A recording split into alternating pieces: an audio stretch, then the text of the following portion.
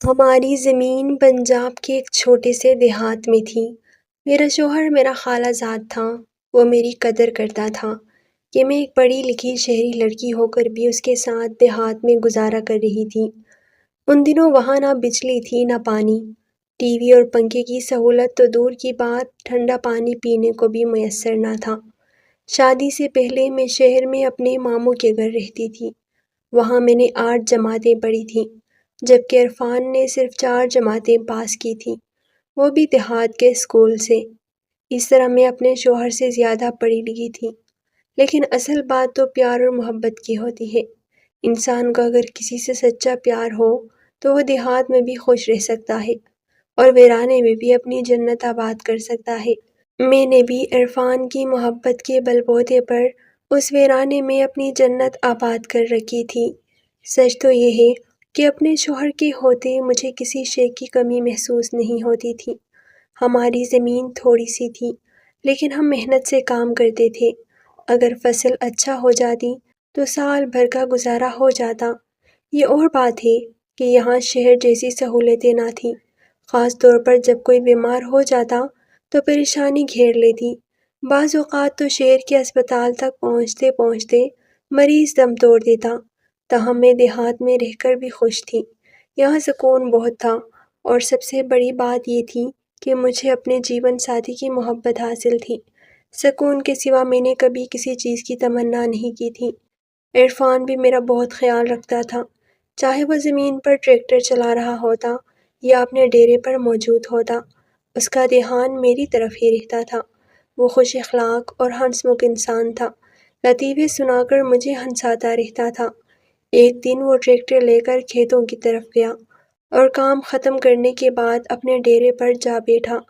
کسی کام سے جب میں اپنے احاطے سے باہر نکلی تو دیکھا کہ 2 عورتیں ہماری زمین سے مٹی لے رہی ہیں۔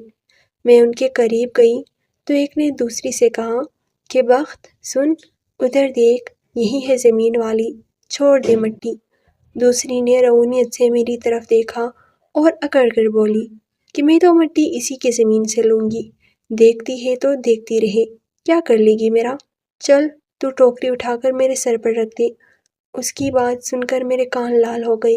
میں مٹی اٹھانے سے کیوں منع کرتی؟ مٹی لینے کو کون روکتا ہے؟ مگر جب اس نے اکڑ سے بات کی تو مجھے غصہ آ گیا۔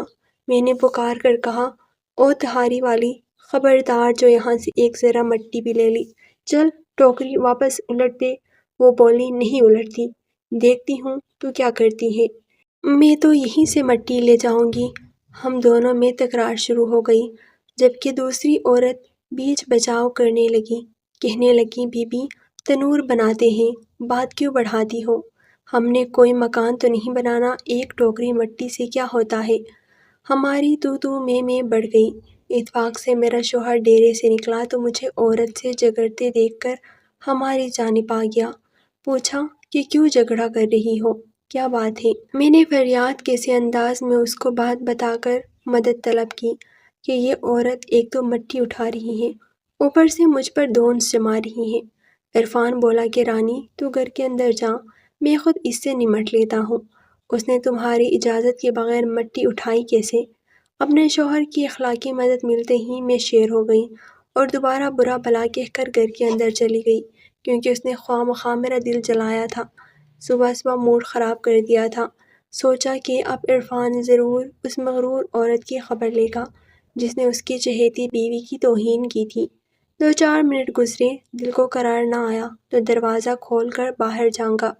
یہ دیکھ کر حیران رہ گئی کہ وہ عورتیں ہنس ہنس کر میرے شوہر سے باتیں کر رہے ہیں اور وہ خود مٹی کی بھری ہوئی ٹوکری اس کے سروں پر رکھ رہی ہیں۔ یہ تو جیسے میرے لیے دوزخ کا نظارہ تھا۔ میرے تن بدن میں آگ لگ گئی۔ میں کیا سمجھ رہی تھی اور یہ کیا ہو رہا تھا؟ جس شوہر کو اپنا سمجھتی تھی اس وقت وہ کتنا غیر بن چکا تھا۔ وہ مہربان نہ رہا تھا، وہ میرے ہی مخالفوں کے ساتھ مل گیا تھا۔ جی چاہا کہ میرے ہاتھ میں کہیں سے پستول آ جائے اور ان تینوں کو جان سے مار ڈالوں۔ اتنا غصہ آیا کہ پہلے کبھی نہ آیا تھا۔ عرفان کی مجھ پر نظر پڑی تو اس کی ہنسی غائب ہو گئی اور وہ سہم کر ڈیرے کی طرف چلا گیا۔ عورتیں بھی مجھے دیکھ کر کھسیانی ہو گئیں۔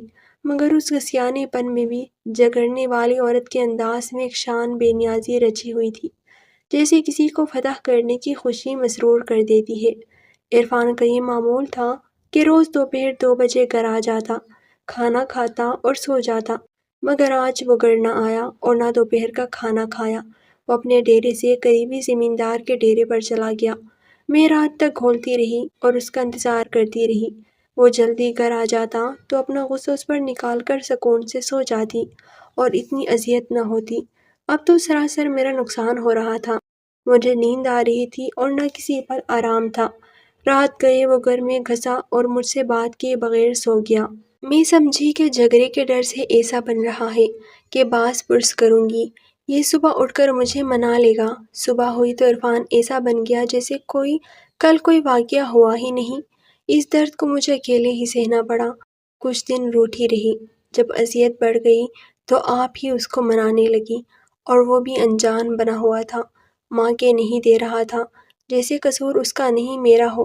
اگلے دن بھی دیر سے ڈیرے سے گھر آیا۔ اب اس نے دیر سے گھر آنے کو معمول بنا لیا۔ میں کبھی پیار سے بات کرتی، کبھی روٹتی شکوہ کرتی، مگر اس پر اثر نہ ہوتا۔ مجھ سے بات بھی مختصر اور روکھے پھیکے انداز میں کرتا۔ بچے خود اس کی گود میں چڑھتے تو توجہ نہ دیتا، جھڑک دیتا۔ میں اس کے بدلے ہوئے رویے پر حیران تھی کہ اسے کیا ہو گیا ہے۔ ایک دن میں گھر کے برآمدے میں بیٹھی کپڑے سی رہی تھی کہ دیہات کی ایک عورت آئی۔ ادھر ادھر کی باتیں کرنے کے بعد کہنے لگی کہ رانی بی بی، تم کو کچھ پتا ہے؟ میں نے کہا کیا مطلب جیون، کیا کہنا چاہ رہی ہو؟ وہ بولی تمہارا گھر والا کسی اور عورت سے تعلق میں ہے، دونوں کھیتوں سے ادھر ادھر نہر کے کنارے جو جنگل ہے وہاں ملتے ہیں۔ میرے ہاتھ مشین کی ہتھی پر جم گئی اور میں اس عورت کا منہ تکنے لگی۔ کچھ دیر ہم دونوں خاموش رہے، پھر میں نے پوچھا کیا نام ہے اس عورت کا؟ شمشاد، اور اس کی سہیلی بخت بی بی ہے، وہ بھی ساتھ ہوتی ہیں؟ ہاں کبھی کبھی ساتھ ہوتی ہیں۔ میں یہ سن کر دنگ رہ گئی، سمجھ گئی کہ یہ وہی عورت ہے جو ہماری زمین سے مٹی اٹھانے آئی تھی اور جسے میں نے برا بلا کہا تھا۔ نوبت یہاں تک پہنچ گئی ہے۔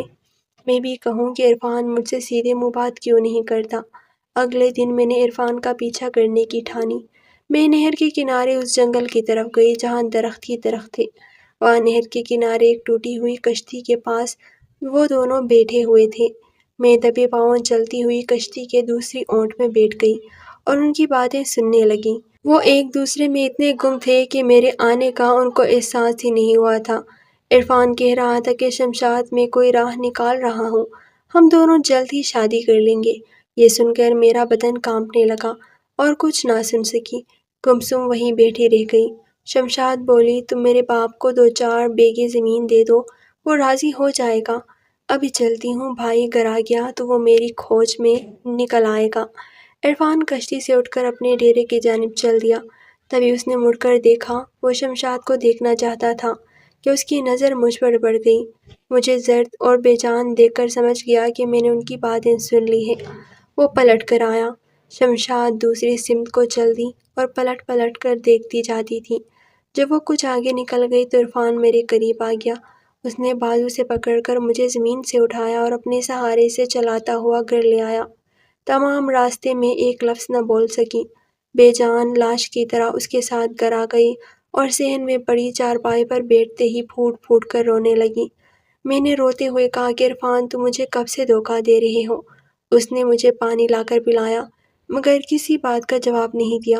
جب میں زیادہ اس سے لڑنے لگی تب بولا کہ میں واقعی اس سے ملتا ہوں، مگر تجھے کیا مسئلہ ہے؟ میں تیری بیوی ہوں اور مجھے پوچھنے کا حق ہے۔ میں ہر بات تم سے پوچھ سکتی ہوں، یہ بھی کہ تم اس غیر عورت سے کیوں ملتے ہو؟ شرمندہ ہونے کے بجائے اس نے کھل کر کہہ دیا کہ کیا مرد کسی اور عورت کو نکاح میں نہیں لا سکتے اگر وہ پسند آ جائے؟ میں نے پوچھا کیا تم دوسری شادی کرنا چاہ رہے ہو؟ وہ بولا ہاں، مجھے حق ہے دوسری شادی کرنے کا، تم کو رہنا ہے تو رہو، نہیں رہنا تو اپنے ماموں کے گھر چلے جاؤ۔ اس دو ٹوک جواب نے میرے دل پر گھاؤ کیا۔ میں روتی رہی، اس نے کوئی پرواہ نہ کی اور کروٹ بدل کر سو گیا۔ اگلے دن صبح ہی میرا اس سے جھگڑا ہو گیا۔ میں نے کہا کہ آج جلدی گھر آ جانا، دوپہر کا کھانا گھر پر کھانا۔ وہ بولا جب آنا ہوگا آ جاؤں گا، میرا انتظار نہ کرنا، کھانا کھا لینا تم لوگ۔ وہ ہفتے بھر اس طرح کرتا رہا اور میں روتی رہی۔ اگر جگرتی تو گھر سے باہر نکل جاتا، میں کیا کرتی؟ روتی رہتی، دیواروں سے باتیں کرتی۔ آخرکار تنگ آ کر دونوں بچوں کو ساتھ لے کر میکے چلی آئی۔ ماں کا انتقال ہو چکا تھا اور ماں کے بعد ماموں نے مجھے اپنے پاس رکھ لیا تھا۔ میری ماں کی دوسری جگہ شادی ہو چکی تھی۔ یوں بھی میرا میکا اب اجنبی سا بن چکا تھا۔ مجھے میکے آئے 1 ماہ گزر گیا مگر عرفان نے میری خبر تک نہ لی اور نہ مجھے لینے آیا۔ آخر ممانی کے سمجھانے پر خود ہی گھر واپس لوٹی۔ ان کا کہنا تھا کہ عورت چڑیا کی طرح ہوتی ہے، اپنا گھونسلہ چھوڑ دے تو چڑیا دوسرے لے کر آتی ہے۔ تم اپنا گھر چھوڑنے کی غلطی مت کرو۔ عرفان کو تو شاید اسی موقع کی تلاش تھی۔ جب گھر کے اندر قدم رکھا تو یہ دیکھ کر حیران رہ گئی کہ وہی عورت جسے میں اپنے گھر کے سامنے سے ٹوکری بھری مٹی بھی نہیں لینے دے رہی تھی، آج میرے ہی گھر کی مالکن بنی بیٹھی تھی۔ عرفان گھر پر نہیں تھا۔ اس کی نئی دلہن مجھ سے کہہ رہی تھی، آؤ آؤ، سفر سے آئی ہو، پانی تو پی لو، مگر میں نے مڑ کر بھی نہ دیکھا۔ اپنی اتنی تذلیل برداشت نہ کر سکتی تھی اور الٹے قدموں واپس لوٹ آئی۔ اس بات کو 10 برس بیت چکے ہیں، عرفان آج تک مجھے لینے نہیں آیا۔ یہ وہی عرفان ہے جو ایک منٹ میرے بغیر نہیں رہ سکتا تھا۔ میں تو سمجھتی تھی کہ اس کی محبت سونے سے بھی قیمتی ہے، مگر یہ نہیں جانتی تھی کہ عورت کی محبت اور قدر و قیمت مٹی سے بھی سستی ہوتی ہے۔ سچ ہے، مرد ذات کا کوئی اعتبار نہیں، اس کے دل کو بدلتے دیر نہیں لگتی۔